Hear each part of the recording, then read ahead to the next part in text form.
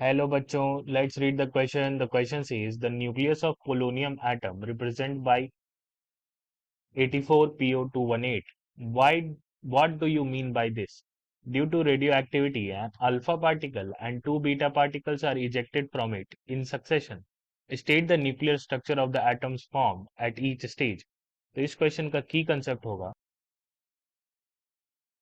Decays decays यानी कि alpha decay और बीटा डीके।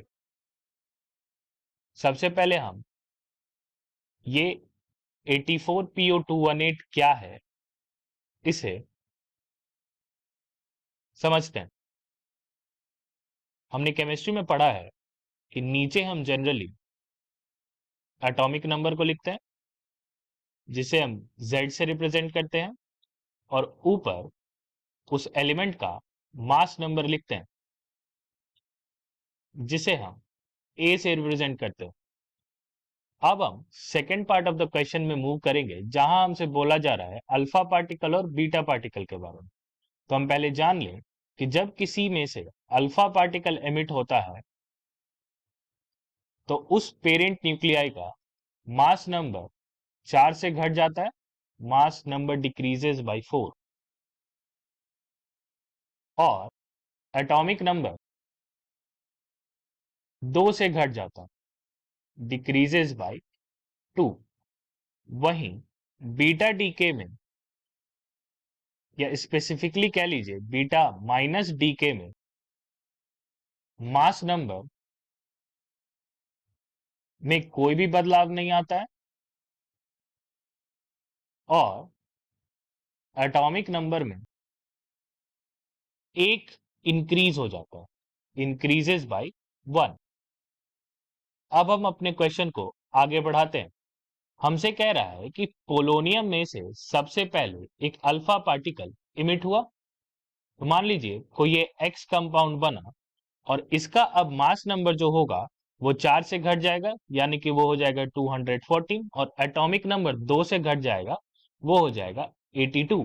और जब आप पीरियोडिक टेबल देखिएगा तो 82 के करस्पॉन्डिंग आपको लेड मिलेगा। तो एक्स कंपाउंड हमारा कौन है? पीबी। अब इसके बाद सक्सेसिवली इसमें से बीटा माइनस पार्टिकल डीके होते हैं। तो अब क्या होगा, इसका मास नंबर तो सेम रहेगा 214, लेकिन एटॉमिक नंबर 1 से बढ़ जाएगा, वो हो जाएगा 83। और 83 के करस्पॉन्डिंग हमारा जो एलिमेंट होता है वो होता है बिस्मथ, जिसे हम Bi से लिखते हैं। फिर जब आगे बढ़ते हैं तो एक और बीटा माइनस डीके होता है और ये कंपाउंड बनाता है Z।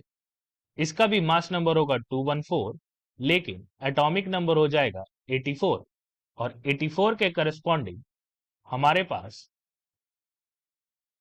अगेन पोलोनियम होता है जिसे हम रिप्रेजेंट करते हैं पीओ से। तो आप देख पा रहे हैं कि हम पोलोनियम से शुरू होते हैं और पोलोनियम पे ही हमारा रिएक्शन खत्म हो जाता है। तो ये दोनों क्या हो जाएंगे, एक दूसरे के आइसोटोप्स हो जाएंगे। तो हमारा आंसर होगा सबसे पहले हमें मिलेगा लेड, फिर बिस्मथ, फिर polonium. Hope you understood it well and best of luck.